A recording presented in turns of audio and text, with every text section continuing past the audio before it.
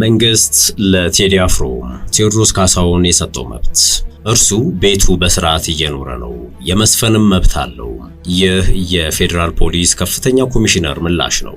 ለመንግስት ቅርብ ናቸው የሚባሉ የማህበራዊ ሚዲያ ምንጮች በበኩላቸው የቴዲን የቅርብ ሰዎች የማፈን ሙከራ ያደረጉት ኃይሎች በፖሊስ አይታወቁም ሲሉ ጽፈዋል። የአርቲስቱን የቅርብ ሰዎች ሲያስጨንቁ ነበሩ የተባሉት አካላት እነማን ናቸው?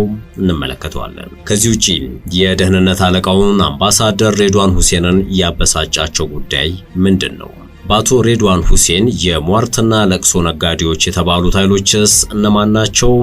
በዝርዝር ይዘነዋል። ሰላም ጤና ይስጥልን ውድ ቤተሰቦቻችን እንዴት አላችሁ? የሰዓቱ ዜናችን እነሆ ተጀምሯል። በመግቢያችን ላይ ያደመጣችኋቸውን አበይት ነጥቦችን እንደሚከተለው በዝርዝር እንመለከታለን።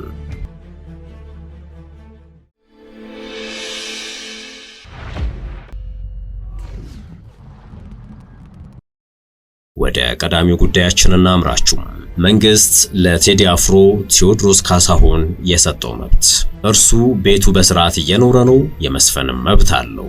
ይህ የፌደራል ፖሊስ ከፍተኛ ኮሚሽነር ምላሽ ነው። ለመንግስት ቅርብ ናቸው የሚባሉ የማህበራዊ ሚዲያ ምንጮች በበኩላቸው የቴዲን የቅርብ ሰዎች የማፈን ሙከራ ያደረጉት ኃይሎች በፖሊስ አይታወቁም ሲሉ ጽፈዋል። የአርቲስቱን የቅርብ ሰዎች ሲያስጨንቁ ነበሩ የተባሉት አካላት እነማን ናቸው የሚለውም የብዙዎች ጥያቄ ሆኗል። ከአነጋጋሪውና ከ100 ሚሊዮን በላይ የዩቲዩብ እይታ እንዳገኘ የተነገረለት ቲዮሪካ አልበም ከተለቀቀ በኋላ በታዋቂው ድምፃዊ ቴዎድሮስ ካሳሁን ላይ የተደራጀ ወከባና ጫና እየተፈጠረበት ስለመሆኑ በተለያዩ ምንጮች አማካኝነት ሲነገር ቆይቷል። ይህ መረጃ በትልልቆቹና ታማኝ በሚባሉት ሚዲያዎችም ጭምር የሚሰራጭ ነበር። ለአብነት ያክል የጀርመን ድምጽ ሬዲዮ ጣቢያም የቴዲ አፍሮን የቅርብ ሰዎችን ዋቢ በማድረግ ስቱዲዮው ተዘርፏል ብሏል። ጠባቂዎችም መደብደባቸውን ገልጿል። ከተዘረፉት ውስጥ ያልወጡ የሙዚቃ ስራዎች ያሉባቸው ፋይሎች እንዳሉ አመልክቷል። እስካሁን ድረስ እየደረሱ ነው ስለተባሉት ጫናዎችና በስቱዲዮ ላይ በታጠቁ አካላት ተፈጽሟል ስለተባለው ዘርፊያ አርቲስት ቴዎድሮስ ካሳሁን በይፋ የሰጠው ቃል የለም። በማናጀሩ በኩልም እንዲሁ የተሰጠ ማብራሪያ የለም። የዝምታ ለበርካቶች መላምት ወይንም ስፔኩሌሽንስ እንዲጋለጥ ምክንያት ሆኗል። መንግስት ግን በፌደራል ፖሊስ ከፍተኛ ኮሚሽነር በኩል አርቲስቱ ላይ ጫና እንዳላደረገ ይፋ አድርጓል። የወንጀል ምርመራ ኦፕሬሽን ዋና መምሪያ ኃላፊ ምክትል ኮሚሽነር ሙሊሳ አብዲሳ እርሱ አርቲስት ነው፣ ሙዚቃውን አውጥቷል፣ ቤቱ ነው ያለው፣ በስርዓት እየኖረ ነው ያለው፣ በእርሱ ላይ የተደረገ ምንም አይነት ነገር የለም ሲሉ ገልጸዋል። እኛም እንደማንኛውም ሰው ሚዲያ ላይ እናያለን። በየቀኑ በሺዎች የሚቆጠሩ የፈጠራ ወሬዎች ይወራሉ። ስለዚህ አርቲስቱን እንደማስያዣ ይዘው የፖለቲካ አጀንዳ ማራገብ የሚፈልጉትንም እያየናቸው ነው ሲሉ አስረድተዋል። ምክትል ኮሚሽነር ሙሊሳ ይሄ ዜጋ ህገ መንግስታዊ መብቱን ተጠቅሞ ሙዚቃውን ሰርቷል፣ ደጋፊዎቹ ይደግፉታል፣ የሚቃወሙትም አሉ። ያ ሌላ ሜዳ ነው። ስለዚህ ከእርሱ ጋር የሚገናኝ ምንም አይነት ንክኪ ያለው ጉዳይ ላይ ተሳትፎ አላደረግንም ሲሉ አብራርተዋል። ህግ ጥሶ ከተገኘ እንደማንም ሰው ሊጠየቅ የሚችል ነው ዜጋ እስከሆነ ድረስ ያሉት ሙሊሳ በአሁኑ ጊዜ ከእሱ ጋር የሚገናኝ ምንም አይነት የምርመራ ስራ አልሰራንም ብለዋል። በተጨማሪም ለመንግስት ቅርብ ናቸው የሚባሉ የማህበራዊ ሚዲያ ምንጮች በበኩላቸው የፌደራል ፖሊስ በዛሬው ዕለት እንዳሳወቀው ቴዲ አፍሮን ህግ በፍጹም አይፈልገውም፣ የፈጸመውም ወንጀል አለ ተብሎ አይታመንም ሲሉ ጽፈዋል። ሐሳብን በነጻነት የመግለጽ መብቱን ተጠቅሞ ተናግሯል። ሐሳብን መግለጽ ደግሞ ወንጀል አይደለም ያሉት እነዚህ ምንጮች ሁለተኛው ከአልበሙ በፊት ጋዜጣዊ መግለጫ እንዳይሰጥ ተከለከለ ተብሎ የተፈበረከው ወሬም ሙሉ በሙሉ ውሸት ነው። ቴዲ አፍሮም ጋዜጣዊ መግለጫ ለመስጠት ለየትኛውም አካል ጥያቄ አላቀረበም፣ ይህንንም አረጋግጠናል ሲሉ ነው የሚገልጹት። በነገራችን ላይ እኔ እስከማውቀው ድረስ አሉ ምክትል ኮሚሽነሩ ሙሊሳ አብዲሳ ደግሞ ሌላ የፖለቲካ ፍላጎት ያላቸው ሰዎች እሱን መጠቀሚያ ማድረግ ስለሚፈልጉ እሱ ስለማያዋጣቸው ቢተውት ጥሩ ነው በማለት አሳስበዋል። ለመንግስት ውግንና ያላቸው የማህበራዊ ሚዲያ ምንጮችም አሁን አርቲስቱን ሊጠቀሙበት የፈለጉ ኃይሎች የፈጠሩት ውዥንብር ካልሆነ በስተቀር ቴዲ አልበም ሲያወጣ ጋዜጣዊ መግለጫ ሰጥቶ አያውቅም፣ ይህ አዲስ ነገር ነው ሲሉ አስታውቀዋል። ከዚህ ባለፈ የህግ አካላቶች ነን ባዮች ቴዲ አፍሮ ቤት መሄዳቸውንና ቴዲንም ባለቤቱንም በማግኘት እነርሱን እንደማይፈልጓቸው ነገር ግን የአርቲስቱን የቅርብ ወዳጅና ምኞት ኃይሉ ወይንም ዲጄ ውሽ እየተባለ የሚጠራውን ወጣትን ፈልገው የመያዝ ሙከራ ማድረጋቸውን እንዳረጋገጡም ነው የጻፉት። ሆኖም እነዚህ የህግ አካላትን የሚሉ ግለሰቦች እነማን ናቸው የሚለውን ጉዳይ በተመለከተ ፖሊስ በዚህ ጉዳይ የሚያውቀው ነገር እንደሌለ ሰምተናልም ባይ ናቸው።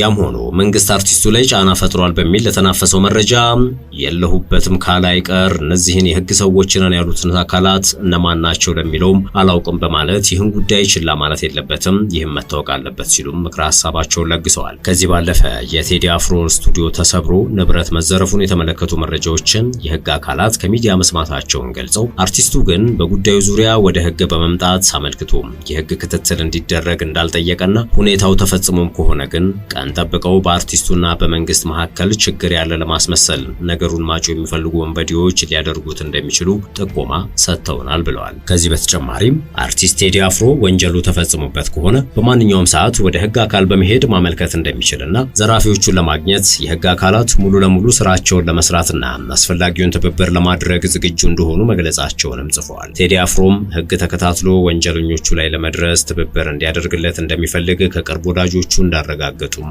አክለዋል። እነዚህ ምንጮች የዕለቱ የመረጃ ቅኝታችን እንደቀጠለ ነው።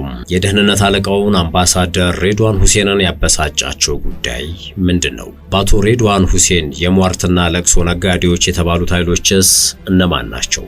እንደሚከተለው በወፍ በረር እንቃኘው።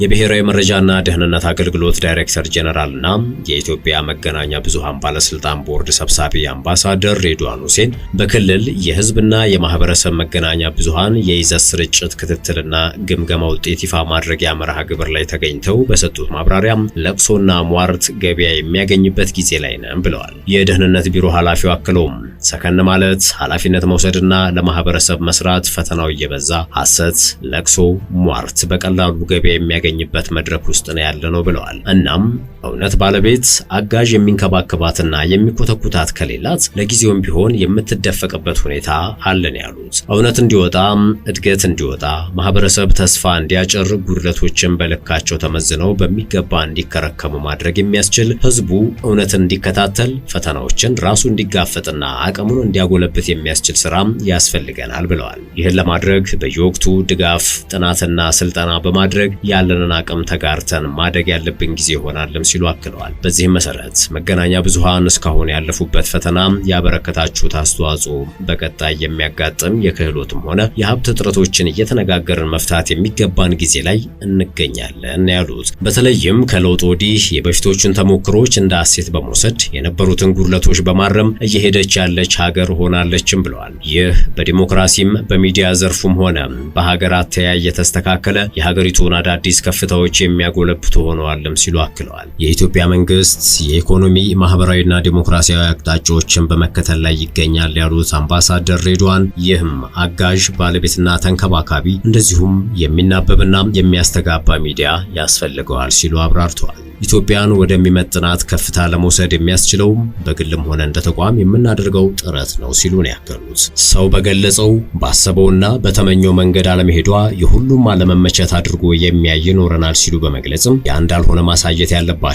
መገናኛ ብዙሃን ናቸው ብለዋል። አካባቢ ለመቀየር እንሰራለን፣ ያ እኛን ይቀይረናል ያሉት የብሔራዊ መረጃና ደህንነት ቢሮ ኃላፊው በዚህ መሃል ያለው እድገት ያንገዳግዳል ሲሉም አክለዋል። መገናኛ ብዙሃን ለሀገር ግንባታና ለማህበረሰብ አመለካከት ቀረጻ በሚል መሪ ቃል በተካሄደው መድረክ ላይ የተገኙት አምባሳደር ሬድዋን ሁሴን ሚዲያዎች እውነትን በመጠበቅና የተዛቡ ትረካዎችን በመመከት ረገድ የላቀ ኃላፊነት እንዳለባቸው ገልጸዋል። አሁን ያለንበትን ወቅት የድህረ እውነት መድረክ ነው ሲሉ የገለጹት አምባሳደሩ በዚህ ዘመን ሐሰት፣ ለቅሶና ሟርት በቀላሉ ገበያ የሚያገኙበትና እውነተኛ መረጃዎች የሚፈተኑበት መሆኑንም አስገንዝበዋል። እውነት ተንከባካቢና አጋዥ ካላገኘች ለጊዜውም ቢሆን የምትደፈቅበት ሁኔታ አለ ያሉት አምባሳደሩ ሚዲያዎች እውነት እንዲወጣና ማህበረሰቡ በተስፋ እንዲሞላ የማድረግ ሚናቸውን ሊወጣ ይገባል ሲሉም ገልጸዋል። ማህበረሰቡ ለእውነት እንዲቆም፣ ፈተናዎችን እንዲጋፈጥና አቅሙን እንዲያጎለብት የሚዲያ ባለሙያዎች ድጋፍ ወሳኝ መሆኑን ጠቁመዋል። ኢትዮጵያ ከለውጥ ወዲህ በዲሞክራሲም በሚዲያ ምህዳርና በልማት ረገድ የተሻሉ እሴቶችን በማጎልበትና ጉድለቶችን በማረም ላይ ያለች ሀገር ናት ሲሉ ገልጸው ኢትዮጵያን ወደሚመጥናት ከፍታ ለመውሰድ የግልና የተቋማዊ ጥረቶቻችን ተሰናስለው ሊሰሩ ይገባል ሲሉ አሳስበዋል። ማህበረሰቡን ወዴት እንውሰደው፣ ተስፋ እንንገረው፣ እየተላላጡ ከፍ ያሉ አሁን የምንቀናባቸው ሀገራት የደረሱበትን ተሞክሮ እየነገርን ተስፋ እናሰንቀው ወይንስ ሟርትና ለቅሶ እንንገረው ሲሉም ነው አማራጭ ያሉትን ሐሳብ ያጋሩት። ወደ ሸገር ታይምስ ቤተሰቦች ለሰዓቱ ያዝነው የመረጃ ቅኝታችን ይህን ይመስል ነበር። ስለተከታተላችሁን ከልብ አመሰገንን። በያላችሁበት ሰናይ ጊዜን ተመኘን።